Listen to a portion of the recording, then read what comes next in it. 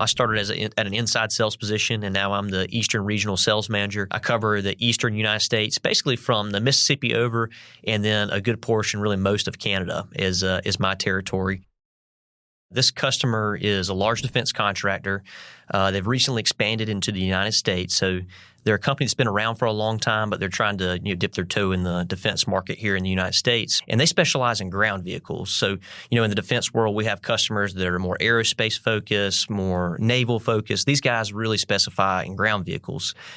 So there's a new Army project coming around. It's to replace the Bradley that's been around for many decades now. And it's called the XM30, or the Optionally Manned Fighting Vehicle. And they're one of two companies that are in contention for this particular project.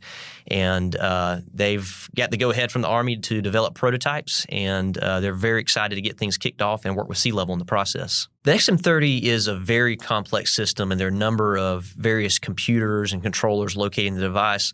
Ours specifically are going to be the turret control, some of the track control and location, and the fire control. So our device, what it's going to do is help with the geolocation of the XM30 as it's moving across the battlefield.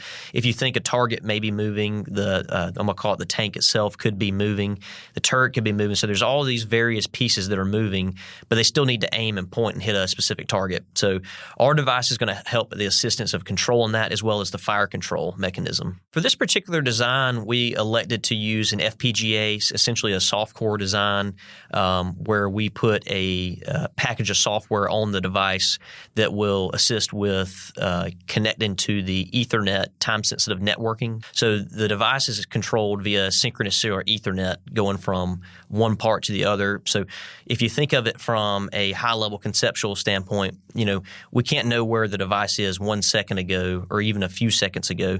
It's got to be exact timing. So everything is synchronized together, whether it be the turret, the tracks, the location of the vehicle. All that has to come back into the device and be real-time calculated. So they came to us and they explained the situation, so we had a good understanding of what this was going on to and some of the implications involved with that design. High shock and vibration environment, so MIL Standard 810 will be of consideration and certification later in the process, as well as 461, MIL Standard 461F. So this is going to be a device that essentially cannot fail. If you go in the field, you have a device that ends up failing. If it's in a factory, obviously you can replace that. If it's on the battlefield, it's not that simple. So this has to be a device that's designed to not fail in the harshest of harsh environments. So the timeline on this project is very long.